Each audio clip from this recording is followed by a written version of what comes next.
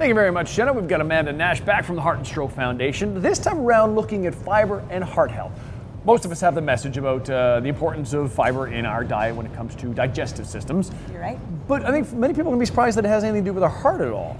Actually, there's evidence that links fiber to better health for your heart, when it comes to heart disease, stroke, even to some types of cancers. So it's not just your digestive system, it's your overall health. Okay, but there's different kinds of fiber, right? There are different types of fiber. There's soluble and insoluble fiber. And when we look at soluble fiber is the fiber that helps with your heart health with respect to cholesterol. Okay. So if we look at your blood vessel, this is an example here. This is mine? That's your blood vessel, and here we see some plaque formed, and this plaque can be formed from cholesterol and a few other substances. But if you eat a diet that's high in fiber, the fiber will actually grab onto those cholesterols, remove them from the blood before it settles onto this plaque. So that stuff can actually get out. So we are going to prevent this plaque from forming by eating more fiber in our diet. Okay, so and that's going to help with our blood cholesterol levels as well. Question would be how much fiber do I need and where am I getting it from? Okay, you need about 21 to 35 grams of fiber per day. Most Canadians are not getting that. In fact, we're getting about half.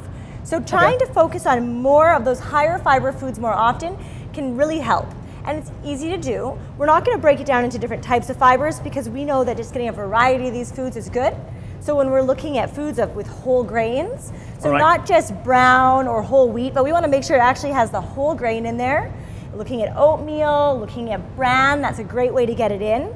Lots of fruits and veggies. So those pectin-rich fruits and veggies, they're going to have the soluble fiber. Okay. But lots of other fruits and veggies are going to have the insoluble fiber. So just get a variety of those fruits and veggies in, and you know you're on the right track. Okay.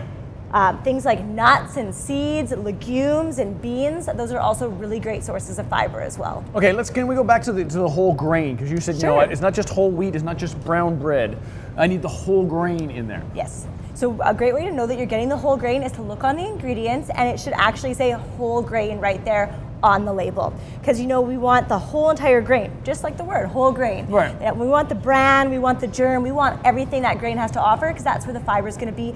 Plus all the other good nutrients, some of the vitamins and the minerals can be removed when you refine that product as well. So I'm getting all the goods, I'm getting all the stuff that I need, nothing is being extracted from it, nothing's being taken out. Exactly. Another great way to know is to look at that nutrition facts table. Right. When we're looking for fiber, you want to try and get at least 2 grams of fiber per serving. Okay. So double check your serving, make sure it's what you're going to be consuming, or if you're comparing 2 products, you're comparing the same serving, and then look for at least 2 grams. If it's 5 grams, that's considered an excellent source of fiber. Okay. So 2 to 5 grams, more if you can, that's great. So give me an excellent source of fiber. Give me one. Well, bran is an excellent source of fiber. 1 cup of bran buds is actually going to have 12 grams of fiber. Now most people aren't going to eat a cup of bran buds, but that's a great way to sneak your fiber in, get it into all your foods.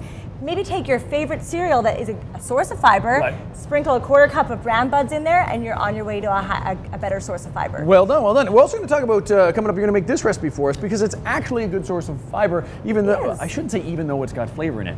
Surprising a lot of people, it's got lots of flavor and lots of taste. And pears are so juicy, delicious, and summertime, they're a favorite. So why not use pears to get some of your fiber in there?